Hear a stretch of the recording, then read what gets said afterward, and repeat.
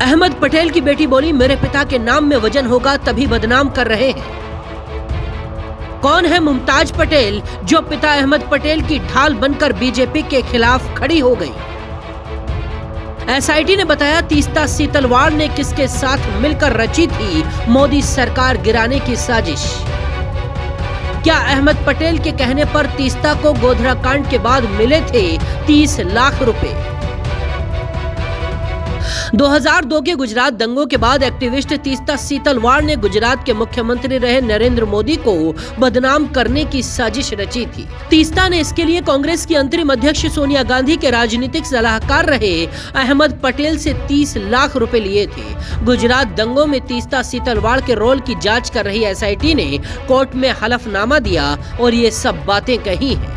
SIT ने अपने affidavit में कहा है कि तीस्ता के साथ इस साजिश में उस वक्त गुजरात के डीजीपी रहे आरबी श्री कुमार और पूर्व आईपीएस संजीव भट्ट भी शामिल थे। इन लोगों ने गुजरात दंगों के बाद नरेंद्र मोदी की अगुवाई वाली राज्य सरकार को अस्थिर करने की साजिश रची थी। एसआईटी ने कहा कि तीस्ता को कांग्रेस अध्यक्ष सोनिया गांधी के सलाहकार अहमद पटेल से एक बार 5 लाख रुपए और एक बार 25 लाख रुपए मिले थे। तीस्ता सीतलवाड़ फिलहाल जेल में है और अहमद पटेल, जिन पर पैसे देने के आरोप लगे हैं, उनका 2020 में निधन हो गया है। अब अहमद पटेल की बेटी मुमताज पटेल पिता का नाम आने पर मैदान में आ गई है। उन्होंने ट्वीट कर लिखा, उनके पिता के नाम में अभी भी वजन है, इसीलिए राजनीतिक फायदे के लिए उनके नाम का इस्तेमाल किया जा रहा है। अगर आरोप सही है तो तीस्ता सीतलवाड़ को यूपीए की सरकार में राज्यसभा सांसद क्यों नहीं बनाया गया?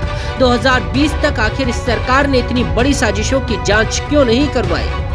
मुमताज पटेल ने टीवी चैनलों से बात करते हुए एसआईटी और बीजेपी दोनों पर सवाल उठाए हैं।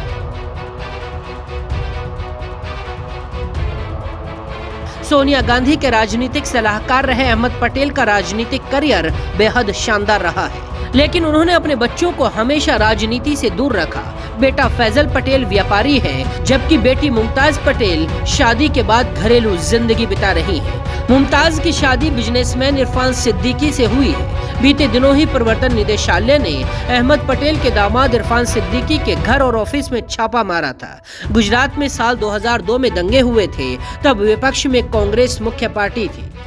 अहमद पटेल पर लगे आरोपों के बाद कांग्रेस नेता जयराम रमेश ने कहा है कि प्रधानमंत्री की राजनीतिक बदले की मशीन उन मरे हुए लोगों को नहीं छोड़ती है जो उनके विरोधी थे। एसआईटी अपने आका के इशारे पर नाच रही है, जहां कहा जाएगा वहीं बैठ जाएगी। बीजेपी और कांग्रेस दोनों ही तरफ से तीस्ता सीतलवाड़ को लेकर बयानबाजी शुरू हो चुकी है, लेकिन अहमद पटेल की बेटी मुमताज ने पिता पर लगे आरोपों को काउंटर करके अपनी तरफ ध्यान खींच लिया है। देखना होगा तीस्ता सीतलवाड़ के केस में आगे कौन सा मोड़ आता है। बाकी खबरों के लिए देखते रहिए जनसत्ता.com।